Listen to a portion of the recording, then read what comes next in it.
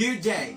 For today's video, I'm gonna explain the ways and methods on how to use the manipulatives used in teaching demonstration in teaching mathematics in primary grades.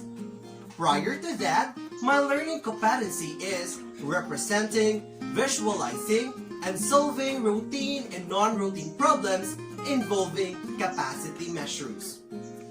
It is very important that in discussing towards your lesson, you have to unlock the important terminologies or terms used in that lesson so that the students will have the idea and the overview on how the lessons will going through.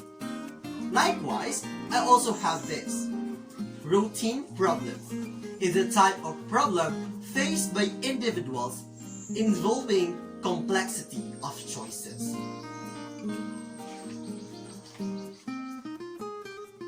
Non-routine problem is any complex problem that requires some degree of creativity or originality to solve. Capacity measures. Capacity measures the quantity of liquid that an object holds.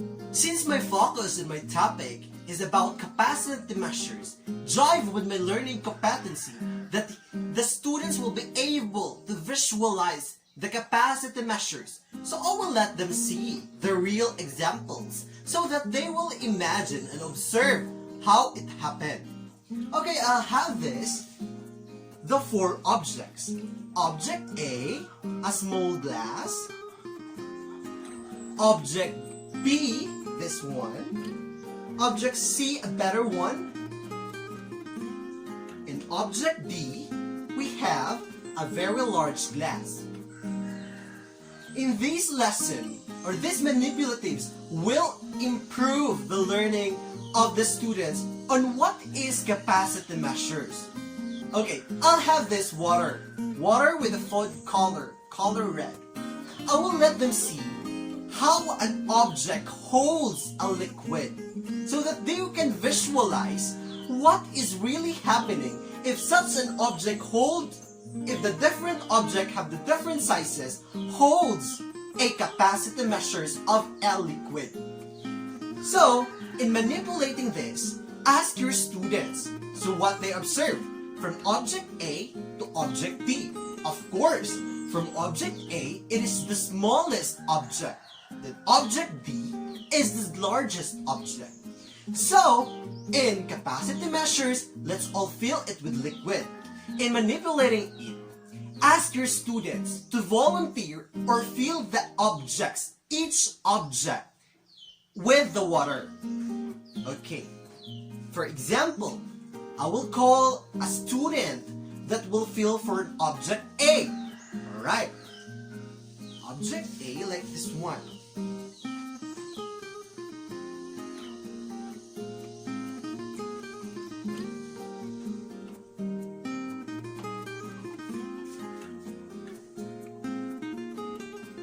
Alright, this is the capacity of the object A which holds a liquid. Okay, ask another student to fill water in the object B.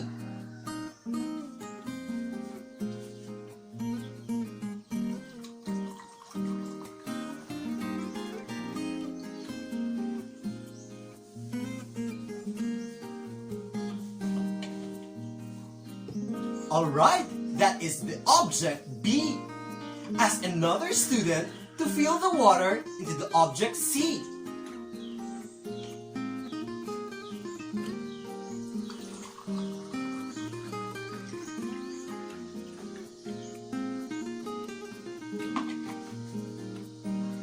Okay, that is the object C holds the capacity of a liquid with a certain or the particular size of the object C. And lastly, ask student to manipulate or fill the object with the water. And the object D. This goes like this.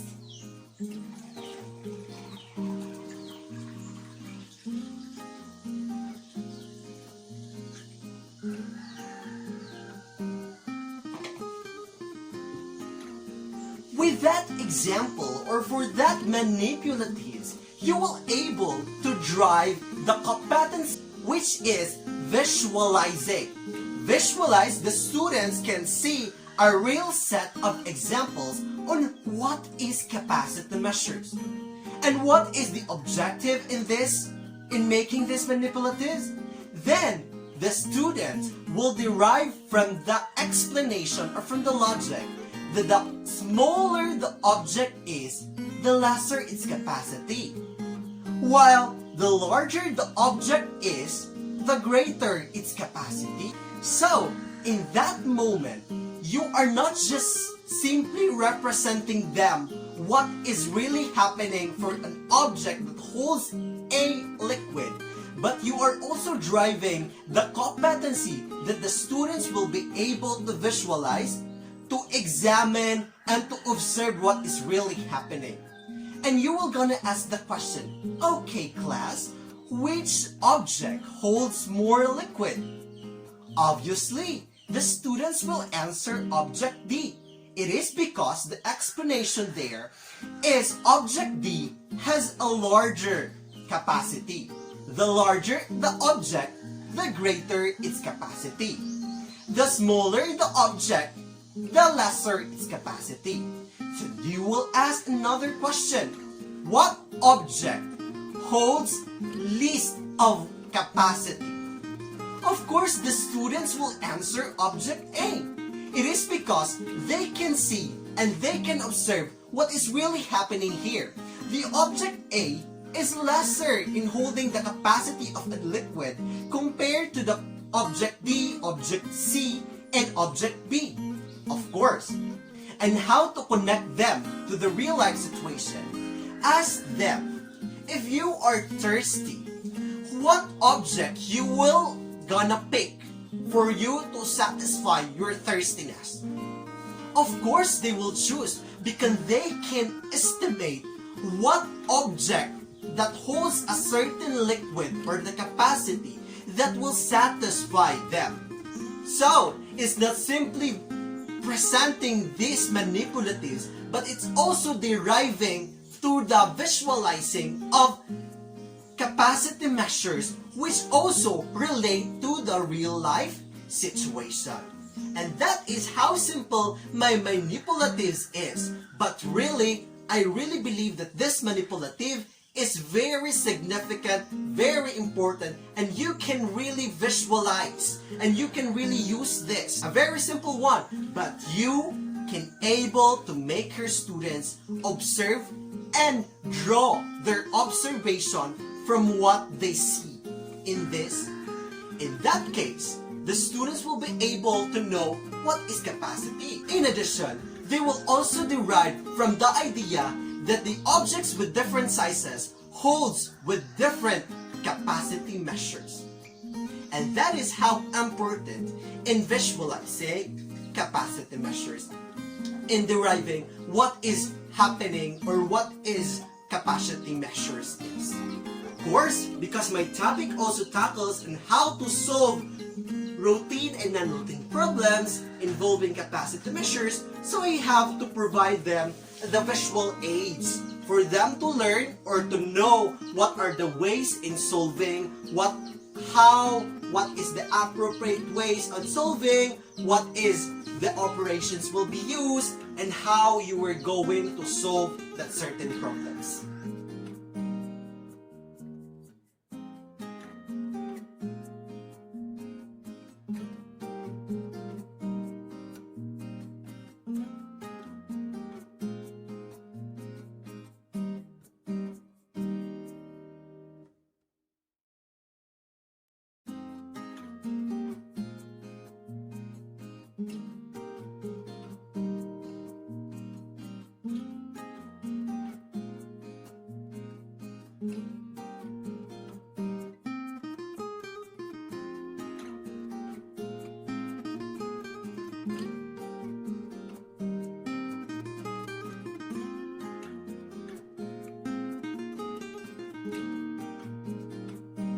So those are the helpful manipulatives that I used in my teaching demonstration in teaching mathematics in primary grades.